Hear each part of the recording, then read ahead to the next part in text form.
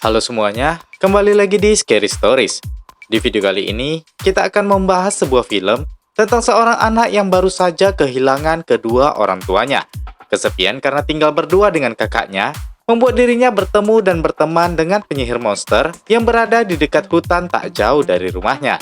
Nyatanya, kedekatan mereka membawa dampak buruk bagi orang-orang sekitarnya. Apa yang terjadi? Langsung kita bahas, ini dia alur cerita Slapface 2022 selengkapnya.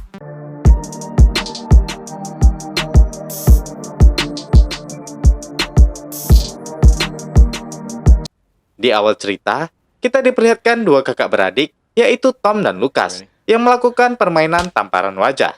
Ternyata, permainan itu dilakukan jika salah satu dari mereka melakukan kesalahan. Ada sebuah cerita rakyat di daerah mereka tentang seorang penyihir monster yang bernama Vairago. Dia dikabarkan suka membunuh orang tua dari anak yang malang, dan setelah itu dia membawa anak-anak malang tersebut ikut dengannya. Hingga kini, banyak berita anak hilang ataupun kematian orang tua yang dikaitkan dengan Vairago. Dan yang terbaru, kematian kedua orang tua Tom dan Lucas tadi dalam kecelakaan juga dikaitkan warga sekitar dengan Vairago. Setelah tidak ada orang tuanya, kegiatan di rumah seperti masak dan lain-lain dilakukan si bungsu Lucas. Sedangkan kakaknya Tom bekerja sebagai pemotong kayu bersama teman-temannya. Hari itu setelah kakaknya pergi bekerja, Lucas mencari berita tentang Vairago di perpustakaan. Tempat tinggal mereka memang tidak jauh dari hutan yang terdapat bangunan tua Fishkill Wakefield yang disebut sebagai rumah penyihir Vairago. Warga beranggapan kalau monster tersebut masih ada dan tinggal di bangunan tua itu. Karena penasaran, Lucas pun menuju ke bangunan tua tersebut. Dia menggali sedikit tanah di halamannya, lalu meletakkan foto ibunya sambil menyayat jari dan meneteskan darah ke foto itu. Dia ternyata berharap agar ibunya kembali. Di sisi lain, Tom yang berada di bar melihat seorang wanita bernama Anna. Dia melakukan pendekatan dengan Anna. Saat itu seorang sheriff kota datang menjumpai Tom. Dia mengajak Tom bicara di luar. Ternyata dia membawa Lucas karena dia dilaporkan warga berkeliaran di dekat rumah orang. Setelah pulang, seperti biasa kalau ada yang melakukan kesalahan, mereka wajib bermain tampar-tamparan. Ternyata ini bukan kali pertama Lucas dibawa sheriff. Dan kali ini merupakan peringatan terakhir dari sheriff bagi Lucas. Saat itu, ternyata Tom membawa Anna tadi ke rumahnya. Anna tanya apa yang mereka lakukan. Lucas hanya bilang kalau mereka bermain tampar wajah. Paginya, Anna membuatkan sarapan untuk Tom dan Lucas. Setelah Tom bangun dan bersiap, Anna pun menyuruhnya untuk sarapan.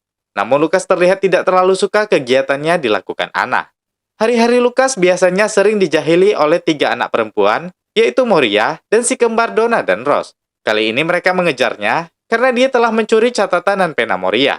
Mereka memintanya untuk tidak menguntit Moria lagi. Setelah menyiksanya, Moria bilang Lucas akan dijadikan teman jika melakukan sebuah tantangan. Lucas pun setuju.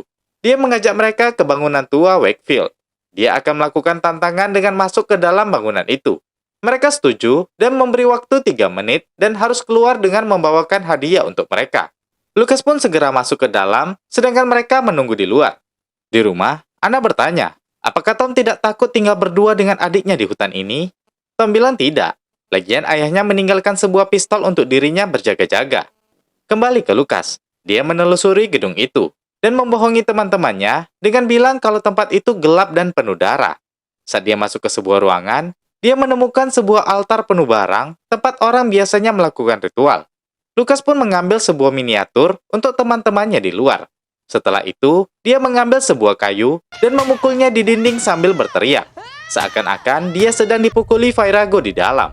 Tapi dia terhenti karena melihat sesosok mengerikan di belakangnya.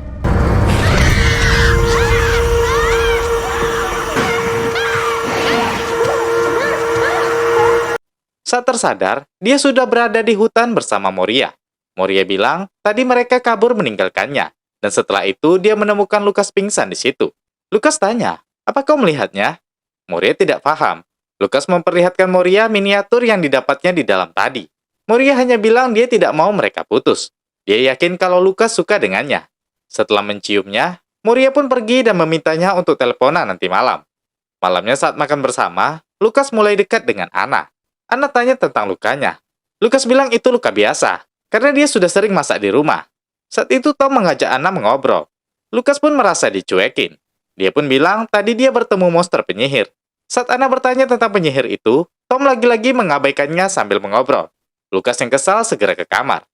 Paginya, Moria mendatangi rumah Lukas. Dia bertemu dengan Tom yang mengatakan Lukas tidak ada. Ternyata, Lukas sedang berada di hutan. Dia mengikuti bunga biru yang menuju ke rumah Fairago. Dia juga melihat jejak kaki Fairago di situ. Lukas yang penasaran pun segera masuk lagi ke rumah itu. Dan dia menemukan Fairago sedang tidur di sana.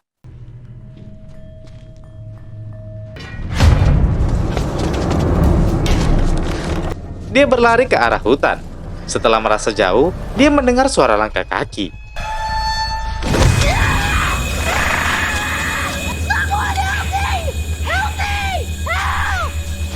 Dia menuruni Lukas di dekat penghujung bukit. Dia melihat keindahan pemandangan dari situ. Lukas juga melihat apa yang dilihatnya. Dari situ, Lukas merasa kalau Fairago tidak jahat. Lukas pun ikut dengannya ke dalam bangunan tua. Mereka bermain seadanya dengan lentera milik penyihir tersebut. Lukas kelihatan senang dengannya. Ketika pulang, Tom yang di luar memanggilnya. Dia membahas Moria yang datang tadi. Tom menyarankan Lukas untuk membuat Moria mengejar-ngejarnya. Lukas kelihatan tidak mau membahas hal itu. Setelah masuk ke dalam, Anna juga membahas Moria yang datang tadi. Namun Lukas bilang Moria bukan pacarnya. Dia pun bernyanyi lagu tentang Fairago. Anna yang tahu Fairago bertanya apakah monster penyihir itu yang melukai Lukas. Lukas bilang Fairago temannya. Anna pun bilang kalau dirinya juga keturunan penyihir. Dia memperlihatkan liontinnya yang merupakan keturunan keluarga penyihir Waiken. Penyihir dengan ilmu sihir yang baik dan tak melukai orang. Malamnya Lukas pun menelpon Moria. Dia membahas tentang Anna yang mengaku keluarga penyihir.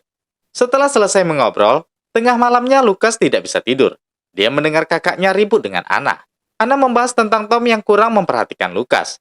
Besok paginya, Lukas ke kamar kakaknya. Dia mengambil pistol milik Tom dan menyimpannya.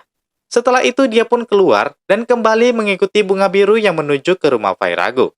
Setelah masuk ke dalam, Fairago mencoba mengobati luka di tangan Lukas. Saat itu Lukas mendengar suara gonggongan anjing di luar. Setelah diobati, dia pun segera keluar. Dan anjing tadi pun langsung mengejarnya.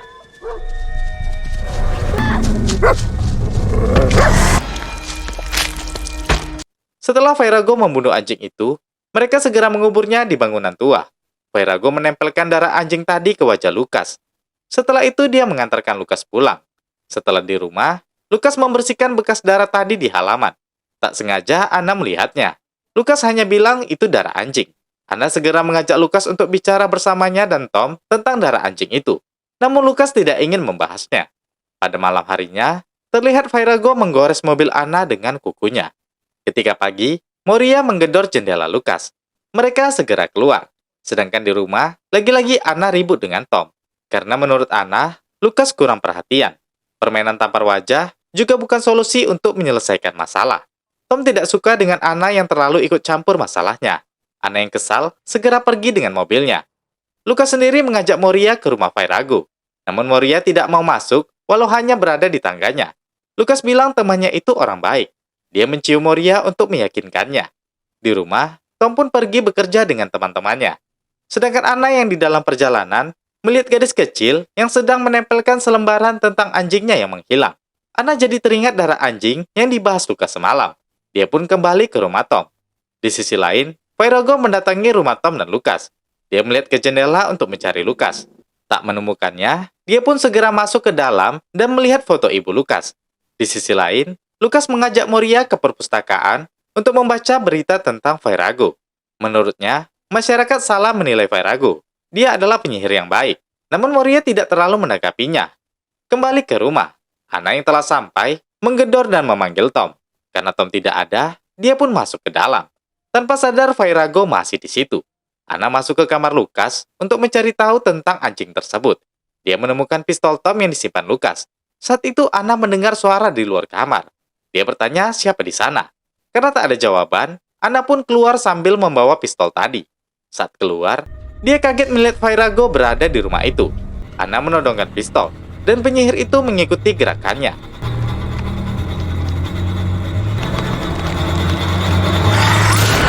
Lukas yang pulang melihat mobil Anna penuh dengan cakaran.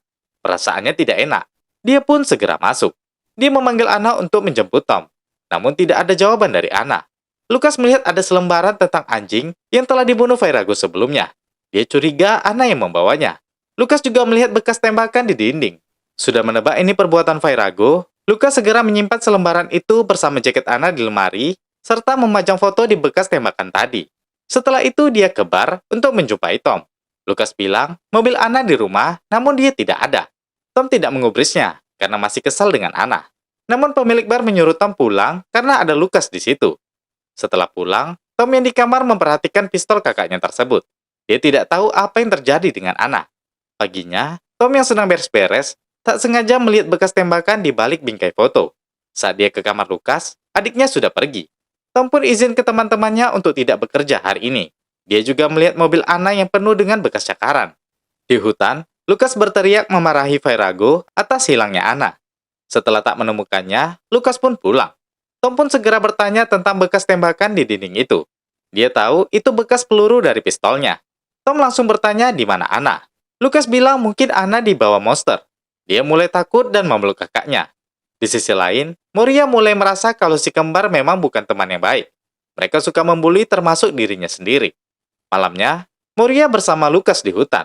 Lucas mengajaknya untuk bermain tamparan wajah. Dia menampar Moria dan Moria membalasnya. Moria semakin nyaman bersama Lucas. Tiba-tiba mereka mendengar teriakan dari arah rumah Lucas. Mereka segera ke rumah, dan ternyata Tom sedang mengusir tikus. Lucas yang melihat itu segera menangkapnya dan mengajarnya hingga mati. Moria yang melihat itu merasa Lucas sangat kejam. Dia pun segera pergi dan mengatakan putus dengan Lucas. Tom pun segera menyuruh adiknya masuk. Besoknya, setelah Tom pergi bekerja dengan teman-temannya, Firago kembali menuju ke rumah mereka. Dia mengajak Lucas bermain menghancurkan barang-barang. Lucas pun mengikutinya.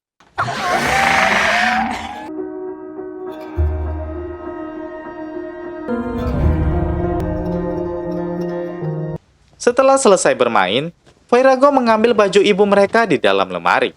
Lucas tidak suka dengan hal itu. Dia meminta baju ibunya, namun Firago tidak memberikannya. Saat itu juga Tom pun sudah kembali dari pekerjaannya. Saat dia masuk, Lucas segera memaksa Firago bersembunyi di lemari. Tom yang melihat rumah berantakan, mengajak Lucas bermain tampar wajah.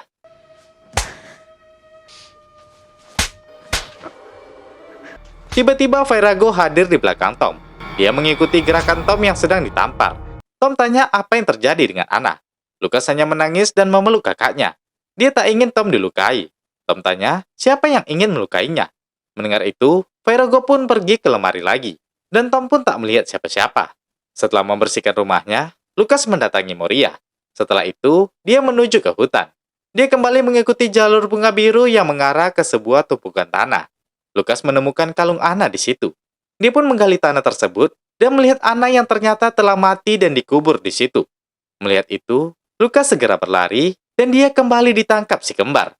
Mereka menangkapnya karena Moria melapor kalau tadi Lucas menguntitnya. Setelah itu, mereka menyuruh Moria meludahinya.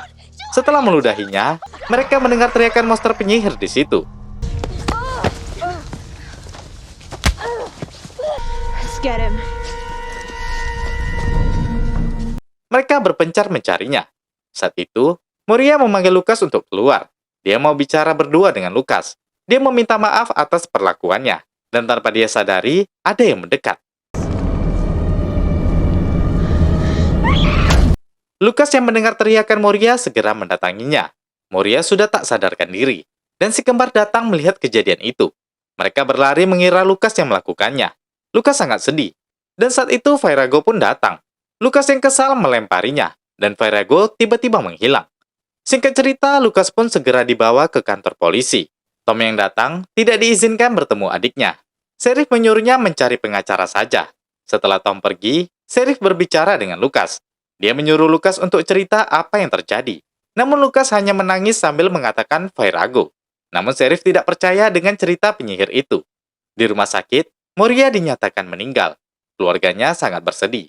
Tom yang di situ pun kaget dan tak tahu apa yang dilakukan Lucas sebenarnya. Kembali ke kantor polisi, Lucas mendengar alarm berbunyi. Dia membuka pintu dan melihat seorang polisi yang telah dibunuh. Lucas segera mengambil pistolnya untuk berjaga-jaga. Dia masuk ke sebuah ruangan dan melihat Sheriff yang telah dibunuh oleh Firago. Dia membawakan mainan untuk mengajak Lucas pergi. Lucas yang melihat itu segera berlari keluar. Di rumah sakit, Tom mendengar kalau para polisi segera disuruh ke kantor karena masalah serius. Lukas sendiri segera kembali ke rumah. Dia mengambil pisau untuk berjaga-jaga. Tom yang penasaran ke kantor polisi. Dia melihat kekacauan yang terjadi. Saat itu, Lukas menelponnya untuk segera pulang. Lukas pun membongkar mainannya untuk bermain bersama Firago. Tampak dia cukup ketakutan. Lukas bertanya, apakah Firago baik atau jahat?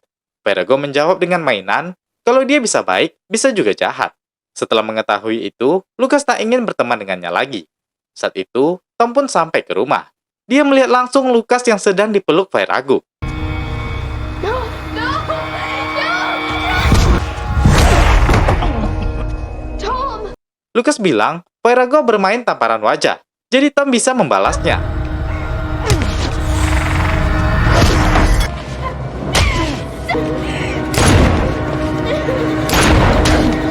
Melihatnya masih menyiksa Tom, Lukas mengambil pisau. Namun sejenak dia berhenti karena takut. Tapi setelah sadar Firago bukan makhluk yang baik, dia pun berani melakukannya. Setelah menembak dan menusuknya, Firago menempelkan darahnya ke wajah Lukas. Lukas berusaha membangunkan kakaknya, namun Tom sudah tak bernyawa lagi. Para polisi segera mendatangi rumah Lukas. Mereka melihat langsung Lukas yang memegang jasad Tom. Sedangkan Firago tadi tidak ada lagi di situ. Dia pun menjadi tersangka akibat dari semua perbuatan Firago. Dan film ini ditujukan buat orang tua agar lebih memperhatikan anak-anaknya. Begitu juga bulian yang sering berdampak negatif kepada anak-anak. So dari itu, komunikasi terhadap anak itu sangat penting. Oke, berikutnya kita akan membahas sebuah film tentang seorang ibu yang baru saja kehilangan anaknya. Bekerja dalam perlindungan anak, membuat ibu muda tersebut menemukan kasus menyeramkan yang menimpa seorang anak dan keluarganya. Kasus apa yang diselidikinya? Wajib kamu tunggu ya. Oke, terakhir saya Jiwa. Terima kasih sudah menonton dan sampai jumpa di video berikutnya.